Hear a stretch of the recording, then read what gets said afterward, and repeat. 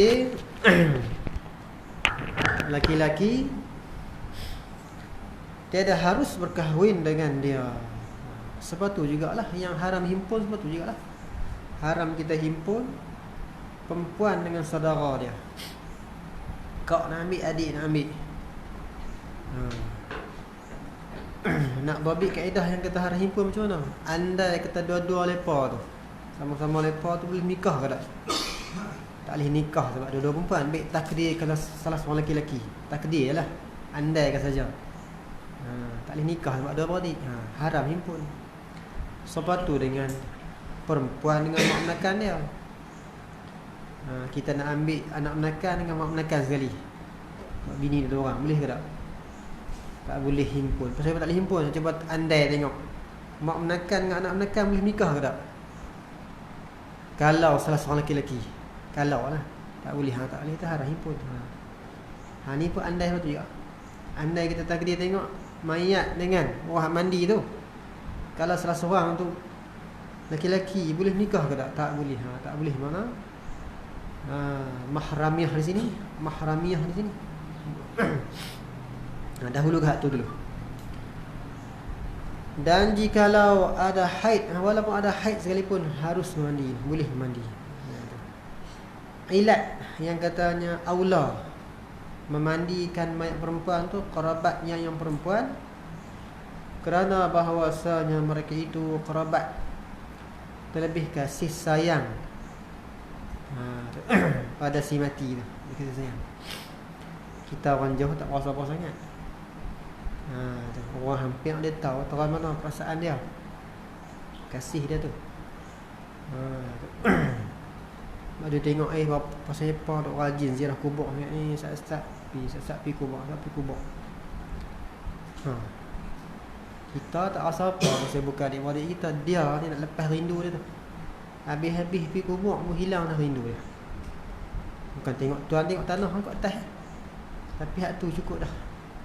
Badan dah boleh dah. Sebab tu kita tengok boleh mandi adik-adik ni. Mandi mayat dia boleh, semua boleh. Waktu tu tak rasa apa lagi. Pak anak kita lah mati, kita nak mandi mayat dia tu, tak ada rasa apa lagi pun. Waktu nak rasa ni, waktu dah kita simpan balik rumah tak ada dia. Waktu tu pun nak rasa. Pun nak rasa kita hilang. Tadi ni masa mandi tu nyawa tak ada dah masa mandi tu, tapi dia ada depan mata kita lagi. Tak apa lagi, pasal terubat lagi rindu kita tu. Ada lagi depan mata tu. Mandi pesoh kapan, pesoh apa, tak apa, tak ada rasa apa. Simpan balik rumah. Tengok nui dia, tengok botol susu dia, mula main. Tu. Lepas tu nak berubat dengan apa? Ziarah kubur berubat. Ziarah kubur berubat. Betul, dia tengok rajin sungguh dia ziarah kubur mak dia tu. Tu ubat rindu dia. Kita tak ada rasa apa, kita orang jauh, tak ada rasa apa pun. Itu. Itulah orang perempuan ni silap. Lelaki dia nikah lain, dia kata cerai saya, nikah dengan tu. Dia tak tahu kata biar ada pada tak ada. Dia buat kaedah kata biar tak ada pada ada. Silap. Biar tak ada pada ada, dia kata. Yang betulnya biar ada pada tak ada. Kalau ada jumpa seminggu Pak Ais sekali, tak apa dah ada. Tertunai juga. Boleh berjumpa juga. Duk ada lagi. Ni hak tak ada, tak boleh jumpa, hilang terus. Hak tu lorak. Tapi dengan ego perempuan ni tu, ego tu. Tahan ego dia. Lelaki nak nikah lain, tinggal dia. Keras hati. Sebab tu orang perempuan ni payah jadi wali. Puasa rajin, mayang sunat rajin, susah jadi wali. Sebab apa? Sebab ayat pankihu ma qabalakum tu bagi dia baca saja ya. Tangan lelaki nak nikah ni tak redha. Hijab dengan satu tu ya, tangan lain tak apa dah. Hijab dengan satu tu ya. Lelaki tak nikah pun, tapi hati tu duk simpan siap-siap dah. Tu hijab jadi tu wali. Cuba hijab tengok jadi wali awal lagi. Hmm. Baik, lelaki tak nikah tapi dia dah simpan lah, siap dalam perut dia. Tak boleh. Puasa banyak lelaki dia lagi. Lelaki jadi wali awal lagi boleh nikah lah. Tu hijab. Buat kaedah pula biar tak ada berada, silap banyak. Anak kita duk ada. Pergi mengaji juh-juh 45 tahun tak balik, tak apa pasal duk ada. Kita rasa boleh jumpa bila masa kita pergi jumpa tu. Tak apa. Tak ada nak buat apa dah. Tapi ada lah. Ke depan jumpa juga. Tapi lambat lagi lah.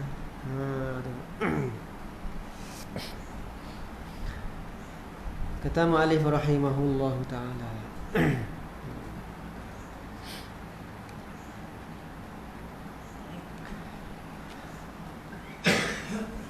Kerana mereka ni kasih sayang. Kemudian lepas daripada kerabat yang hampir tu, yang mempunyai wala', dia ni yang memerdekakan tuan perempuan, mu'tiqah dia panggil, yang memerdekakan hamba sahaya tu, aula memandikan dia hamba sahaya perempuan tu. Kemudian maka mahramnya, baru mahramnya dengan susuan tu. Dan kemudian yang berambil-ambilan, saya tak mahram pun tapi ambil jadi mahram. Berambilan ni Arab kata musaharah, mak mentua, menantu, tu berambilan. Kemudian maka segala perempuan yang hilat, barulah perempuan yang asing, yang hilat. Yang asing ni bukan adik-adik dia. Kalau tak kedih lelaki belum nikah ke, yang hilat. Lepas tu barulah suaminya. Tu. Lepas suami, kemudian maka segala laki-laki yang mahram, baru suami laki-laki lah. Ni barulah tak ada habis dah. Barulah habis semua tu suami dulu, lepas tu barulah segala laki-laki yang mahram. Tu. Dia bagi ilat dulu. Pasal apa? Dahulukan laki-laki daripada adik abang dia. Nisbah tu ni, nisbah yang boleh pandang aurat laki dengan perempuan, laki-laki dengan adik-beradik ni. Adik-beradik ada had juga boleh pandang. Antara pusat lutut. Boleh pandang. Laki tak ada had apa. Cuma ada hukum makruh lah. Boleh pandang semua lah badan tu. Cuma ada tempah makruh je. Tu ya, takut muktamad makruh. Pandang kemaluan. Tapi tak haram. Ni sebab tu mana laki-laki ni luih lagi lah. Sebab tu dahulukan suami daripada mahramnya yang laki-laki.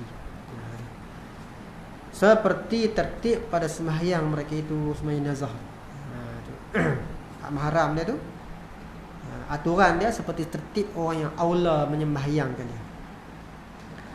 Habis. Maka jika berbantah ni pakat nak berebut, aku nak mandi, aku nak mandi, boleh dua orang yang bersamaan taraf dia, seperti dua saudara atau dua isteri pakat berebut, dua bini ni. Bini ni sayang ke lelaki, sayang sungguh.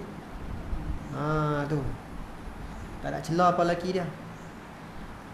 Wah, sayang lelaki ni sampai lelaki dia cerai dia boleh sayang lagi.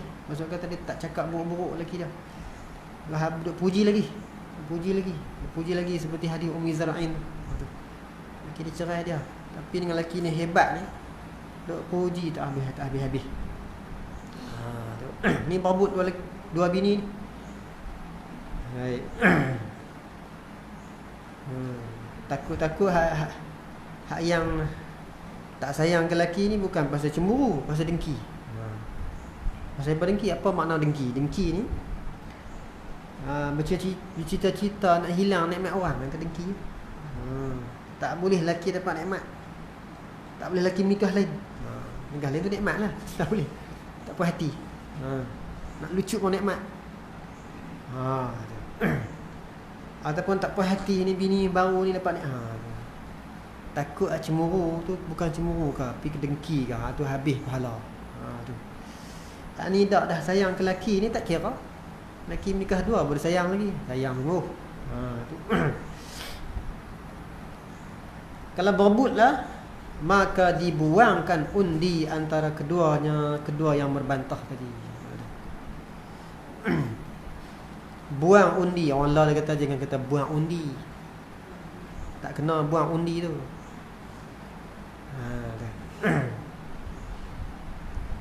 Cabut undi. Tengoklah, undi ni kadang orang buang, kadang orang cabut. Dalam Quran sendiri pun Allah Ta'ala sebut apa nama orang-orang yang berebut nak jaga Siti Maryam, anak Imran. Sebab Imran ni ketua mereka. Bila Imran tak ada, pakak berebutlah nak jaga Maryam. Tu. Sampai nak kena buang undi. Dalam Quran kata yulquna aqlamahum ayyuhum yakfulu Maryam. Yulquna, membuang mereka itu, aqlamahum, pen mereka itu, buang layak. Tengok pen siapa timbul, dia boleh layak jaga Maryam. Tiba-tiba naik Nabi Zakaria. Tu kata yulquna, Tuhan kata membuang mereka itu akan pen mereka itu, tu buang undi itu.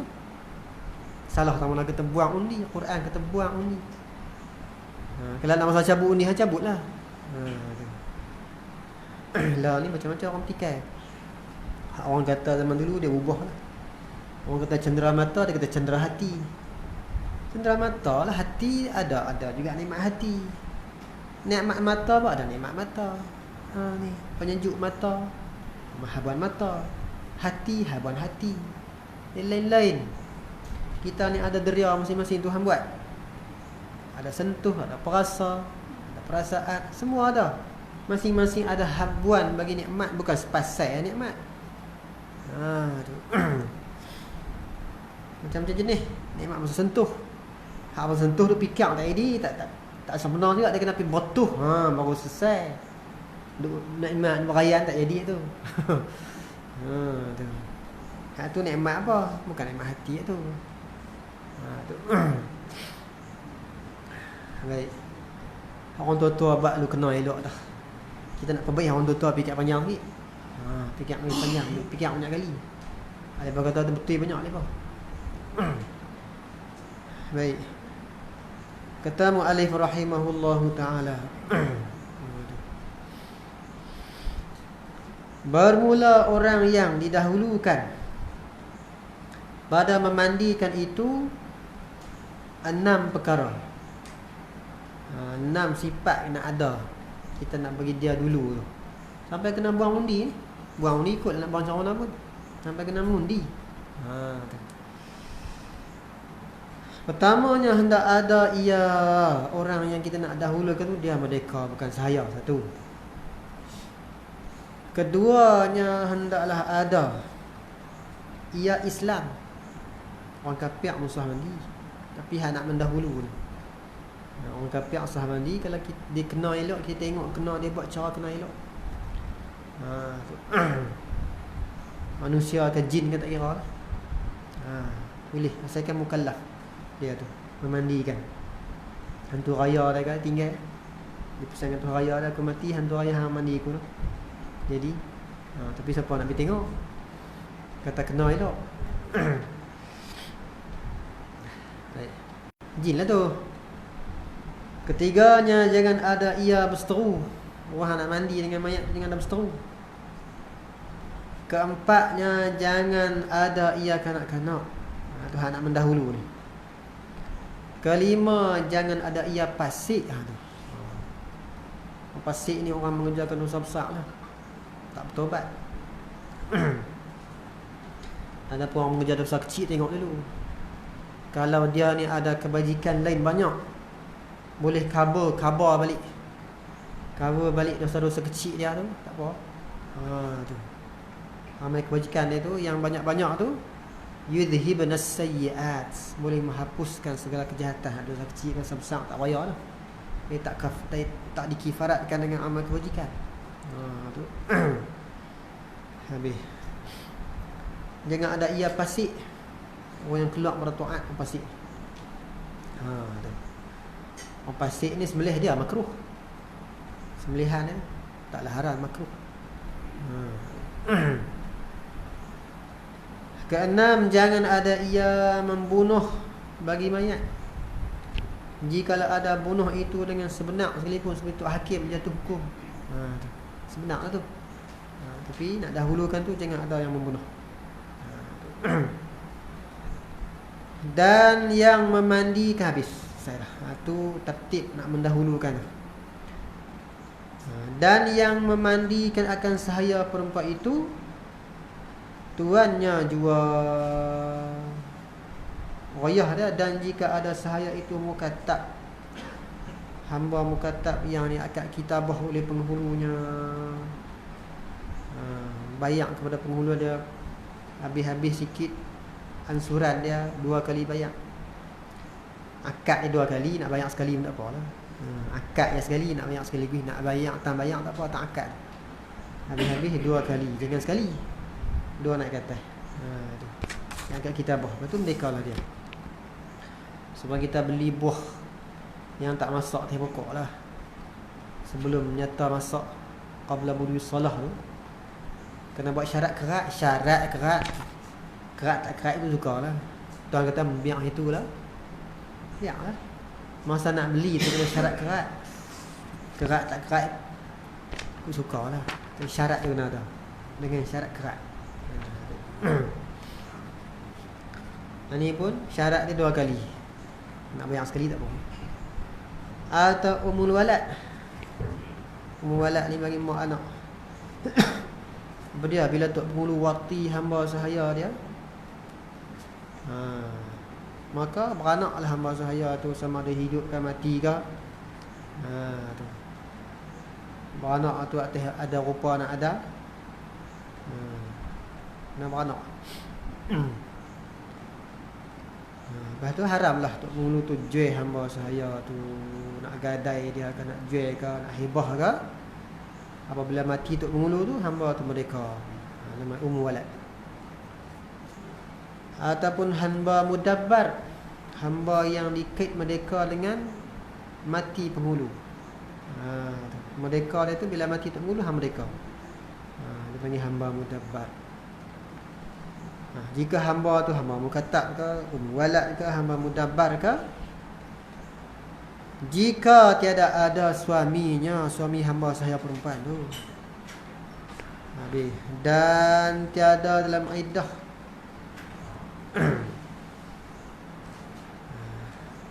atau dalam istibra'.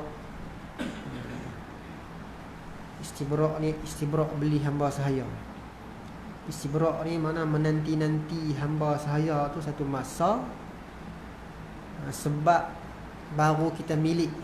Bila kita beli dia, kita kena istibra' dengan sekali haid nyata kata rahim dia cuci. Atau istibra'. Dan tiada pula ia hamba tu mustarikah yang disekutukan, mustarakah yang disekutukan, yakni yang bersekutu pada memilik dia antara dua orang kongsi beli hamba saya atau lebih. Dan tiada pula muba'at, hamba yang dimerdekakan oleh setengah penghulu. Penghulu ni banyak, ada hak merdeka, ada tak merdeka. Ada dah merdeka dia, tinggal sekerat lagi tak merdeka. Maka jika ada sahaya itu seperti demikian itu,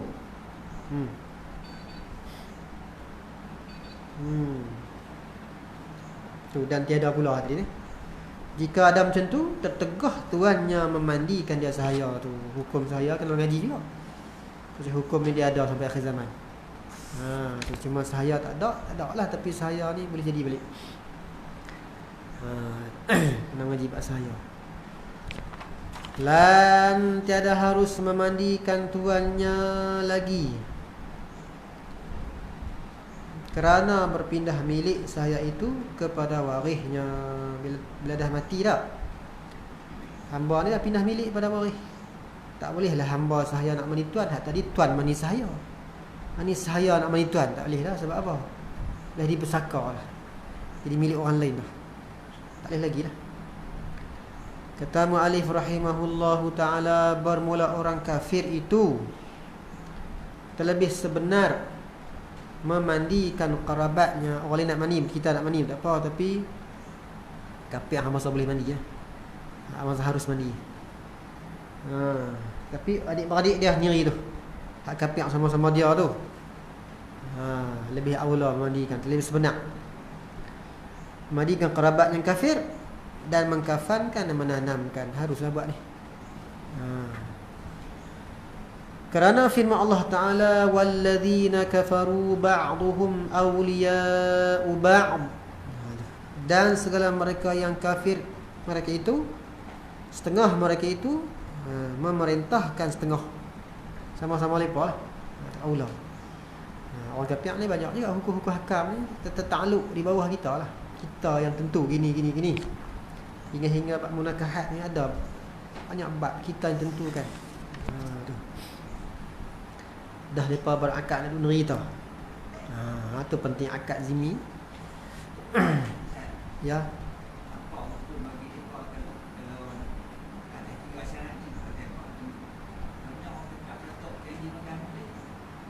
Atau apa? Dalam mandi kapan anak.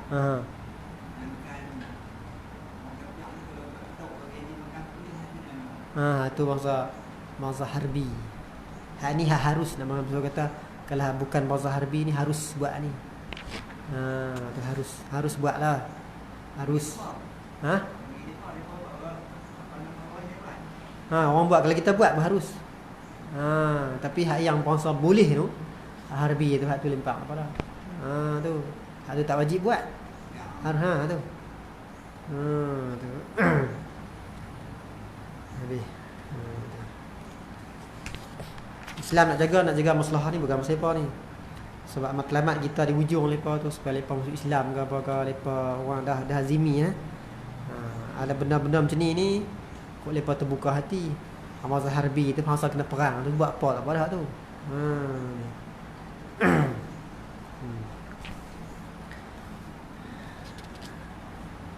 Baik. Dan tiada harus, itulah kalau sampai kita kata anak orang kafir sendiri pun bila usul dia tu kafir, porok dia kira kafir juga lah. Bila usul dia tu mukmin, porok dia mukmin, walaupun porok hak tak terbit lagi pun mukmin. Seorang ni bila dia masuk Islam, anak tak balik lagi tu semua Islam lah kau. Cucu dia ni ribu dia, cucu dia Tok Wan masuk Islam, cucu dia jadi Islam automatik. Cucu hak tak terbit main lagi pun tu. Lepas tu undang-undang tu nak tegak macam mana jenuh keli tu. Lepas tu kita kena rebut main tanam. Kalau mati cucu tu mati, Islam kena pergi ambil. Bila agama kena pergi duk lawan. Nak lawan tu. Tu kata walau karihal kafirun walau karihal musyrikun, banyak undang-undang hukum hakam ni lepas tak redha, tak boleh tak kenan je. Tu. Tapi tetap itu hukum. Ni Tok Wan masuk Islam, cucu pak dia belah lagi, pak dia kafir. Heret bini kafir. Islam kena pergi ambil. Cucu hang ni Islam ni.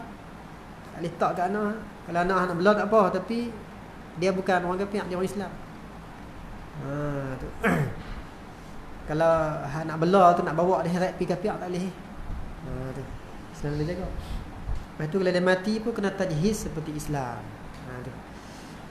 Sebaliknya, kalau kita ambil anak orang kafir belah macam mana? Tak boleh semayang tak? Kan nak mandi tanam kapan boleh? Kapan tanam? Semayang tak boleh sebab dia bukan Islam. Sebab dia anak orang kafir. Dah balik esok mengucap tak apa. Anak angkat. Mati tak apalah tu, mati. Mati tu lepas ke neraka tak apalah tu. Mana hukum dunia. Hukum dunia dia.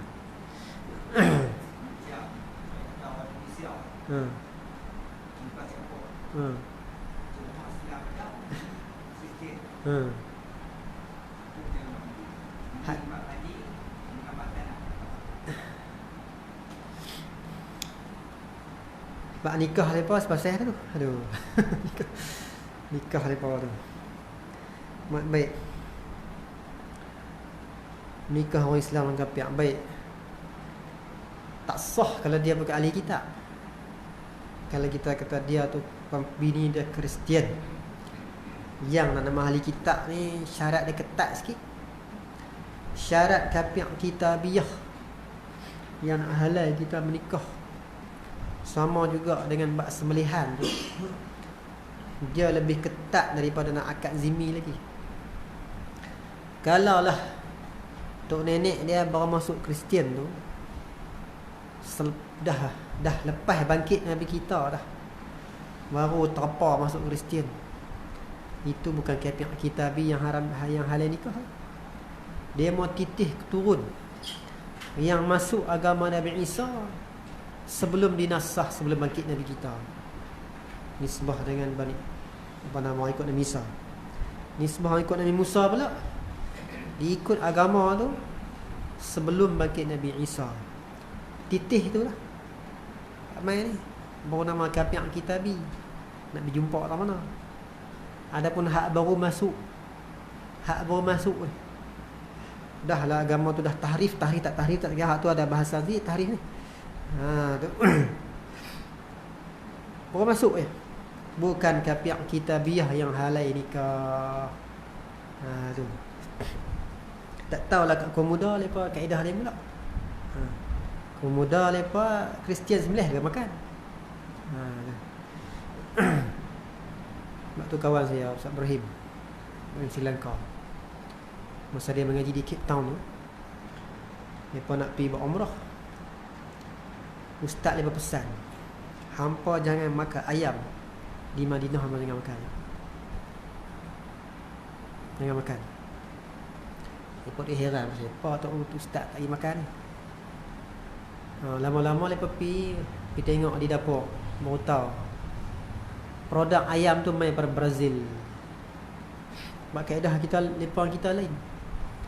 Kaedah lepas anggap kafir Kristian lah ni kita biar halal sembelih. Ha tu lepas kita boleh sembelih, kita tak boleh makan. Tak boleh. Ha tu kaedah kita. Lain. Madinah, Ibrahim kita lah. Lepas kaedah, lepas macam lain. Kaedah mazhab tu lah. Tu jaga-jaga banyak tu. Takut main produk mana-mana Amerika. Lepas nak kata halal itu, kita tahu kafir ahli kitab ni Kristian. Padahal kita buat sembelihan tu ada kaedah kita sendiri. Ha tu. Lepas tu lepas dah kaedah lepas lain. Pasal apa ustaz-ustaz lepas nak main kacau kita? Maksud kenapa kacau nak main campur urusan kita? Kaedah lepas lain. Kaedah hampa baca Quran tak sampai manfaat pada si mati. Ha, sudahlah pergi ulang kaji hampa lah. Nak kacau kami kaedah kami ada manfaat bagi si mati. Lepas tu lepas nak tegur kita, tak boleh sebab kaedah lepas lain. Kita ada manfaat. Quran tu memberi manfaat. Maksudnya kita baca Quran ada manfaat bagi yang hidup ataupun bagi yang mati. Manfaat. Manfaat ni berkah Quran lah. Okey, 4 masalah sahabat, 4 masalah. Ini tak sama kaedah lepa. Jadi kaedah lepa tak sama. Ustaz lepa kena ajak anak lepa dengan mak kita, kaedah pun tak sama. 4 masalah boleh kita upah orang baca Quran. Mana dia? Pertama, baca Quran untuk orang hidup di sisi dia. Ni aku banyak hang upah baca Quran. Hang baca Quran kat depan aku ni 30 juzuk bagi selesai. Nah, 30,000. Ha, ribu mahal tu. Juzuk 1,000. Ni upah 200 penat baca. Mahal sikit. Aduh. Sejuk sejam. Ni orang. Nah, dia baca depan kita. Baca di depan kita. Ada manfaat untuk kita. Quran dia baca. Sembuh penyakit kita, tenang jiwa kita. Adalah Tuhan nak bagi tu kata manfaat di sisi orang hidup. Itu. Ha? Walaupun dia dah sihat. Sihat pun. Tak kira. Kita baca Al-Quran. Mai ambil baca depan aku. Baca dalam rumah aku kan. Atau baca kat anak aku ni. Baca. Bagi upah nah. Orang hidup ada berkah Quran. Ni, sah upah. Satu. Yang kedua, baca Quran untuk orang hidup tapi jarak jauh. Jarak jauh. Tapi orang yang baca tu kena hadirkan dalam hati dia orang yang dia baca tu. Hadirkan rupa orang yang dia baca dalam hati dia sebab nak tolak manfaat kat dia. Walaupun nak jauh tu, kawan telefon tu, kawan di Mesir tu, hang tu baca Quran kat aku Ustaz. Dia baca sana. Ada manfaat walaupun jarak jauh. Dia hadirkan diri kita. Sah upah.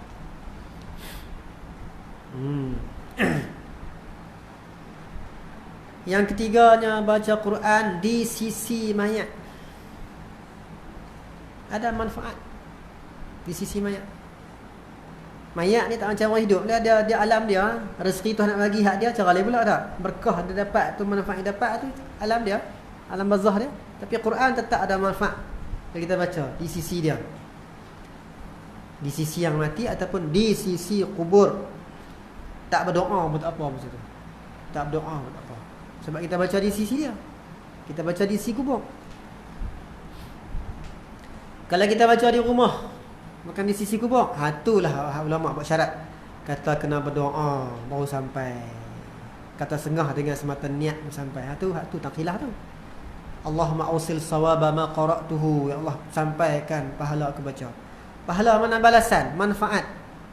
Ni pun nak kira pahala ni pahala. Oh, kalau gitu dia tak payah buat apa kebajikan di dunia lah, baca Quran. Bukan macam tu. Maksud kata manfaat tu, masa kita baca tu ada manfaat untuk dia. Masa kita baca Quran ada manfaat. Faham bagi? Berkah Quran tu mana tu? Ni pun nak kira pahala ni berat timbangan lah apa. Bukan tu. Ya.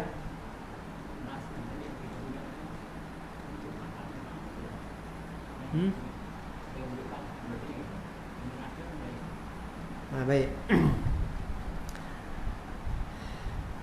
Kata Imam Tabari lah, kita ambil nas kita lain kitab fiqh. Imam Tabari kata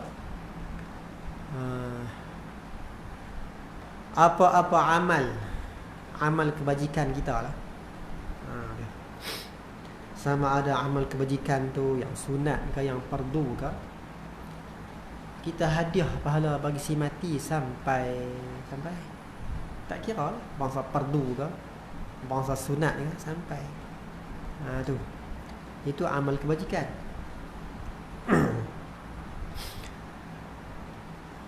Adapun kita kata Quran ni dikias dengan doa tak? Doa orang yang kemudian untuk orang dulu.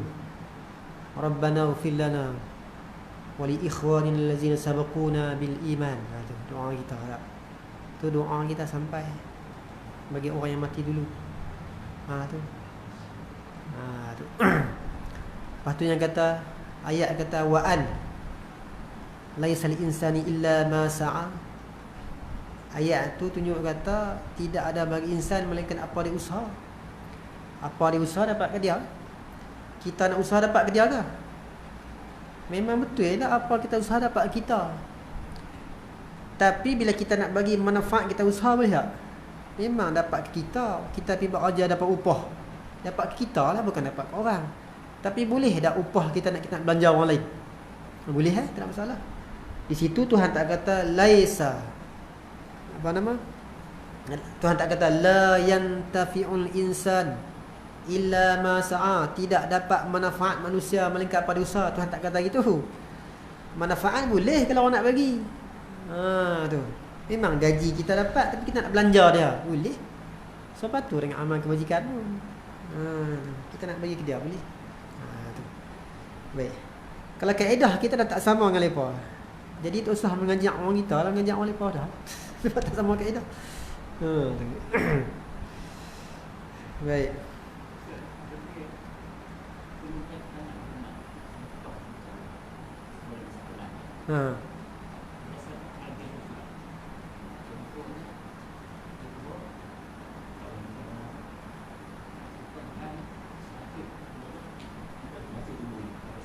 Boleh?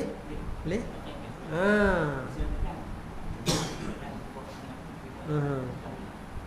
Boleh tak masalah apa? Boleh. Lepas-lepas. Cuma situ adalah khilaf dia lah bab amal kebajikan. Tapi kalau bab sedekah jariah sedekah, benda-benda ni hak tu semua ulama kita sampai. Hak bab pahala Quran tu ada khilaf lagi.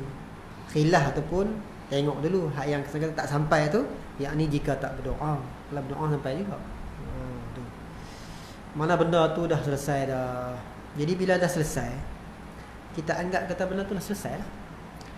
Senanglah kerja kita. Sebab ulama' dah buat kesimpulan dah selesai. Kalau kita bolehlah kita nak mengalah benda pun boleh, tamak baja pun boleh, nak pergi meracun pun boleh lah sebab selesai dah. Kalau kita nak pergi duduk rosek lagi benda-benda hak selesai, tak ada baja apa, kita nak bahas bab tu. Nak pergi benda potong getah pun tak boleh pun nak bahas kita. Benda dah selesai. Tak kira dia kerja bodoh. Tu. Orang pomen elok dah hari tu balik punggah lagi. Punggah apa hang nak pergi kerja lah. Kereta rumah buat elok dah. Macam itulah maknanya dia. Ni tak percaya komen dia betul ke dia buat apa ni. Dia pulas skru balik, pulas hantar kedai balik. Aduh, tu sebab tu ulama dah selesai dah kerja. Kita banyak kerja, macam-macam kerja nak bahan ni. Hantar WhatsApp lagi macam. Bagi senang hati kita. Kata mu'alif rahimahullahu ta'ala, dan tiada harus dibubuhkan bau-bauan bagi mayat yang muhrim. Tu kena macam muhrim tu. Muhrim ni orang yang berihram haji umrah, nama muhrim. Kalau orang haram nikah, dia baca lain sikit, kena baca mahram. Sebab tu nak bagi beza sangat tu. Sebab ada tempat dia sini muhrim. Bagi muhrim orang yang berihram, berniat ihram haji atau umrah ni, apabila mati sebelum lagi ia tahallul awal. Tahlawal, kalau tahlawal tak apalah. Tahlawal ni dia buat 2 perkara pada 3, tahlawal lah. Kalau orang haji ni, orang haji lah, dia melontak jumrah Aqabah hari 10. Lepas tu dia tawaf serta sa'i itu satu. Lepas tu dia bercukur. Tu selesai tahlul sani. Dia buat 2/3 lagi, nama tahlul awal. Kalau tahlul awal tak apalah, bubuh wangian pun. Ini hak sebelum tahlul. Dan jangan dimasuk dalam air mandinya kapur. Kapur bau lah sebab ada bau itu. Dan jangan ditutup kepala sebab orang lelaki-lelaki dia kena meninggalkan tutup kepala. Dan jangan ditutup muka jika mayat itu perempuan. Dapat haji ni. Haram. Tak harus mana haram di sini. Kita lah haram. Orang tak darat ni dia mati tak apa dah, kita buat mana pun. Dia tak sanggup pot dah dengan taklif syarak ni. Kita ni nak hukum jatuh tu, hukum atas kita yang berdosa kalau kita buat. Baik. Dan jangan diambil akan rambut dan kukunya kerana ditanggalkan, dibuang bekas ihramnya, kerana bahwasanya dibangkitkan. Diambil akan rambutnya dan kukunya, dan kerana tanggal ni macam tanggalkan bekas ihramnya. Kalau kita buat benda tadi, kita pun buang bekas-bekas seperti kita tutup kepala. Orang ihram tak tutup kepala lelaki-lelaki. Jadi kita duduk katup. Jadi bekas ihram tak ada bagi dia. Tutup muka perempuan, bekas ihram tak ada lah. Kerana bahawasanya dibangkit pada hari kiamat hal keadaan talbiyah. Tu. Orang pergi haji, matilah haji. Tak ada habis haji apa? Talbiyah. Mati langgia. Tak ada habis, tak tahlul lagi. Tu. Mangkit-mangkit talbiyah. Nak habis haji dia. Tu dia. Di dunia ni siapa tak berani nak doa mati sana. Tapi akhirat esok ni dia untung dia. Hak kita takut di dunia ni untung besar akhirat esok. Kita nak mimpi Madinah, nak minta mati sana, takut padahal mati sana tanam di bakit bagus ya. Tu. Tu mentamamkan haji tu, pihak perhabis haji sana. Tu dia sakan sungguh. Sebab tu jangan tutup kepala dia. Jangan tutup muka dia sebab dia nak bangkit perhabis ni. Tu. Kalau kita gagal tutup dia bangkit mah, siapa dia tutup kepala aku. Amboi. Aduh. Salah kita. Tapi tang dia tak apalah. Tang kita tak salah. Duduk perhabis haji dak perhabis umrah tu. Tu dia. Tu dia kita ni tak tahu hakikat hidup mati ni. Kita duduk nampak benda dekat kita. Duduk syok dengan hal dekat kita ni. Benda jauh tu dia kita tahu kita duduk mengaji, kita yakin benda tu akan berlaku tapi dia duduk dia terpalang. Duduk beralik dengan dunia ni, syok lagi ni. Tu. Gemak kita akhirat tu dia nipis. Tapi iman kita ada, kita yakin benda tu. Cuma hati tu kelabu-kelabu sikit sebab tu kita amal kita ada kurang. Tu. Habis ni dunia ni. Tapi yang penting sekali pada iman lah. Yang penting sekali iman tu kena jaga. Hang ini pondan pun kalau jaga iman tak apa Pondan berdosa lah. Tapi dia ubah. Kerat tak buang lah apa. Kalau hang tak i'tiqad kata halal, berdosa tak kapiak lagi, masuk syurga lagi. Nak jadi pondan ni kapiak pasal apa? Iman tu mahal harga dia. Kita pun taklah sampai tahap marah sampai suruh dia keluar agama. Kena habaq dia hang pondan, hang berdosa besar ni. Tapi hang jaga iman tu, tiket masuk syurga ada lagi. Iman tu ada. Orang setengah tu dia tak buat nak mati bab ni. Dia kata, jenis macam ni tak saja Islam dia kata. Tapi keluar apa? Ada pula macam tu. Tu orang kata tu. Kata dia redha dengan kufur orang kata tu. Hak komponen tak dikufur pun, hak kata tu. Tu. Baik. Kata ma'alih rahimahullahu ta'ala. Dan makruh jua segala perkara itu, yakni diambil rambut dan kukunya. Kuku diambil rambut dan kuku. Ni ada jatuh banyak ni, banyak cerita ni. Saksi betul ni tak berhenti tanpa selun. Ni ada betul. Dan makruh jua segala perkara itu, yakni diambil rambutnya dan kuku. Tak betul macam mana ni?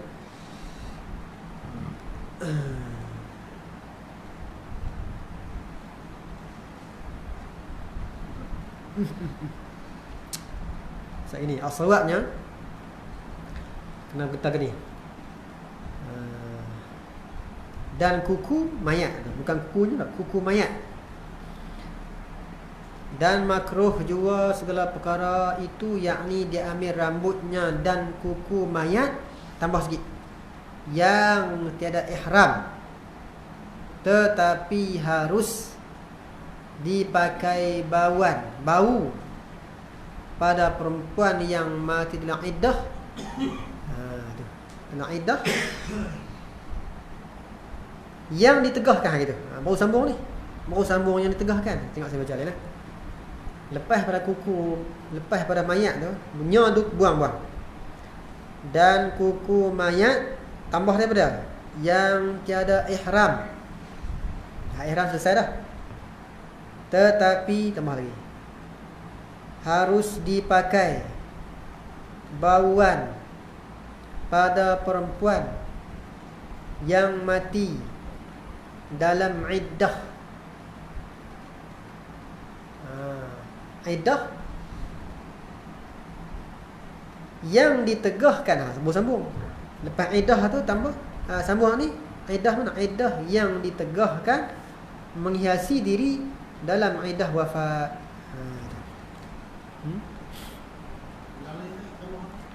Ulang lain. Lepas tang kuku, dan kuku tu nya tu kurang buang, tak mau. Mayat. Lepas pada mayat tambah apa? Mayat yang tiada ihram tetapi harus dipakai bauan pada perempuan yang mati dalam iddah. Lepas tu tambah yakni sikit. Dalam iddah yakni, baru sambung ni. Baru sambung. Yakni yang ditegahkan, sambung tu. Boleh tu? Tak apalah tengok ni. Ni capit rakam lah. Tengok boleh.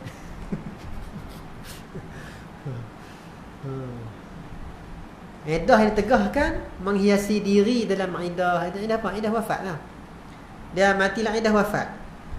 Sama tak dengan orang mati lah ihram tadi. Ihram tadi tak boleh pakai bauan. Iddah wafat pun ada ihdad. Ihdad ni meninggalkan perhiasan, meninggalkan bauan. Lepas tu boleh bubuhkan bauan kat orang yang mati lah iddah wafat ni. Itu tak apa. Boleh. Harus. Kenapa? Kerana sudah hilang sebab terkejut. Hilang dah. Sebab iddah wafat ni sebab apa? Yang Tuhan perintah seorang iddah wafat ni sebab terkejut laki mati. Tu ada terkejut. Lah ni dia pula terkejut, dia mati pula. Dia pula mati. Itu dia terkejut laki mati, dia pun beriddah untuk ihdad. Meninggalkan perhiasan. Lah masa dia hidup dia kena tinggal perhiasan. Pak dia mati, mayat dia tu bolehlah kita buh bauan. Masa dia hidup tak boleh pakai bauan sebab dia berihdad. Tak apa. Sebab apa? Dah hilang lah terkejut tu. Lah ni dia pula mati. Hak dulu dia terkejut pasal lagi mati. Lah ni hilang lah terkejut tu. Sebab kita kata iddah wafat ni kena ihdad tu sebab terkejut lagi mati ya. Tu boleh juga. Taklif dia hilang lah. Hak sana tadi dia ni tak ada nak mangkit talbiyah dah. Tak ada nak mangkit akhirat terkejut lagi mati tak dah. Hak kawan haji tadi dia nak mangkit perhabis haji. Sebab tu jangan buh bauan tu. Punca tu. Tu. Habis. Hilang terkejut sebab matinya mati lelaki. Hilang terkejut dengan sebab matinya mati perempuan. Mati diri dia lah. Dan kerana inilah diharuskan perempuan yang beriddah wafat tadi, diharuskan mengkapankan dia perempuan iddah wafat tu dalam kain yang perhiasan, kain orang perempuan, kain balas sutera ke apa ke.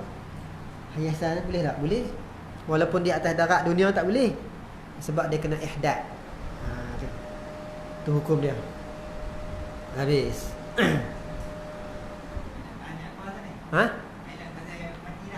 Isat bila dia mati dah. Perempuan tu mati dah. Masa dia tak mati, dia kena berihdad sebab dia terkejut lagi mati.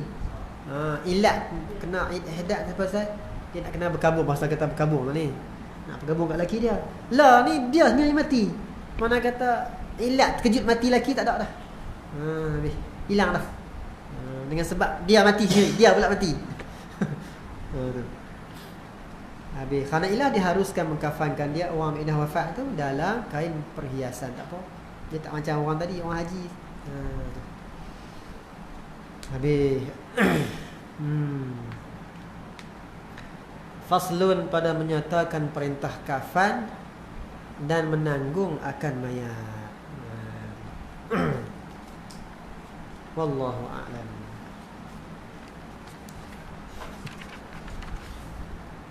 Mu'taqad minggu depan insya-Allah.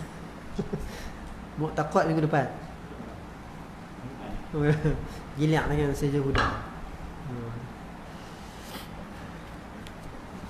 Subhanallah. Wa bihamdika asyhadu an la ilaha illa anta astaghfiruka wa atubu ilaik.